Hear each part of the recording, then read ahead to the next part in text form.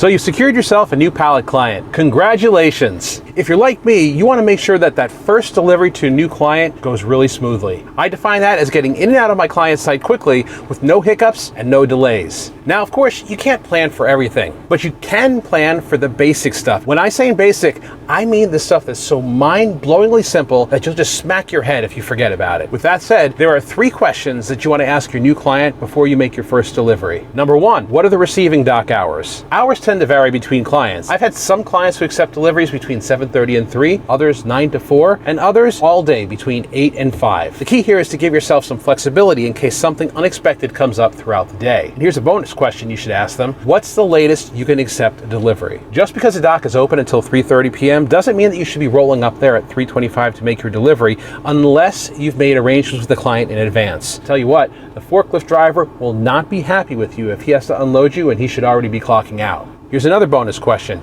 Ask your client what time of day that they're usually pretty busy. If a client has a time of day where they have a lot of deliveries going out or they have some trucks scheduled to come in, guess what? You're going to have to wait to get unloaded. By asking this question, you're prompting your client to tell you the best times of day that you can deliver. I have one client who has specific windows throughout the day when they know that their trucks are going to arrive. So they've told me that their quietest times are between 8 and 9 a.m., 11 and 12:30 p.m., and any time after 3:30 p.m. Guess when I show up?